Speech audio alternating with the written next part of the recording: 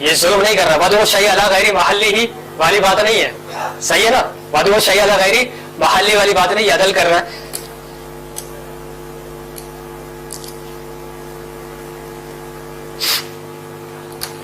یہ دیکھ رہے ہیں آپ,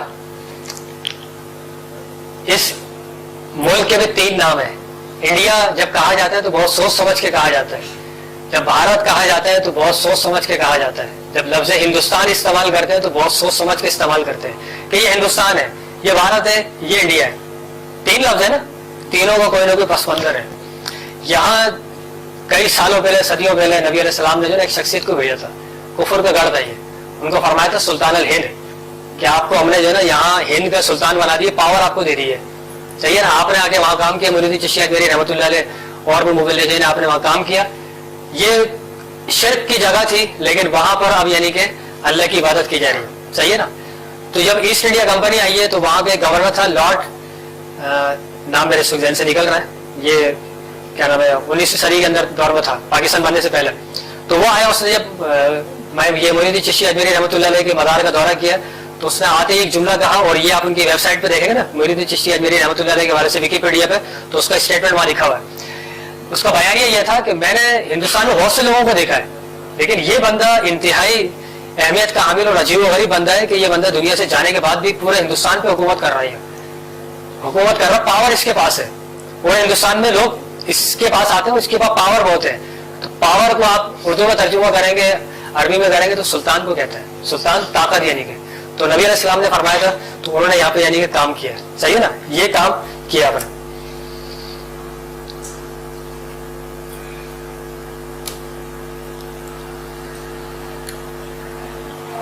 بات ہماری وہی آ گئی, 5.5 ارب کی آبادی ہے, اب کرنا کیا آپ نے, آخری 2 سلائڈ رہ گئی بس. کرنے کا کام کیا ہے, دنیا کو یہ دعوت دینی ہے, گو بیک, واپسی آ جاؤ, to your real creator is Allah the exalted one. دنیا کو یہ دعویٰ کرنا ہے, دنیا کو یہ بتانا ہے کہ اپنے اصل خدا کی طرف آ جاؤ, اصل خدا پہ آ جاؤ, ہدایت پر آ جاؤ گے. یہاں سے نکل گئے تو اس کو اسلامی اصطلاح میں جو ہے نا ضالین کہتے ہیں. کیا کہتے ہیں, ضالین کہتے ہیں کہ یہ ضالین ہے, یہ گمراہ لوگ ہیں, یہ اس راہ سے گم ہو گئے, تو اس لیے ہم ان کو کیا کہہ رہے ہیں, گمراہ. مسلمان راہ ہدایت پر ہیں, یہ سچے لوگ ہیں. اس کے علاوہ جو بھی راہ ہے وہ کیا ہے, گمراہیت کا ہے, جس کو ہم تو بھٹک گئے نا وہ لوگ. وہ کہاں جا کے خدا کو ماننے میں کمی نہیں ہے, خدا کو راضی کرنے میں کوئی کمی نہیں کر رہے, لیکن بات یہ ہے کہ کسی اور جگہ پہ مان رہے وہ لوگ. بس یہ ایک آخری بات تھی جو پیغام یعنی کہ دینا تھا. حسبی ربی جل اللہ ما فی قلبی غیر اللہ نور محمد صلی اللہ لا الہ الا اللہ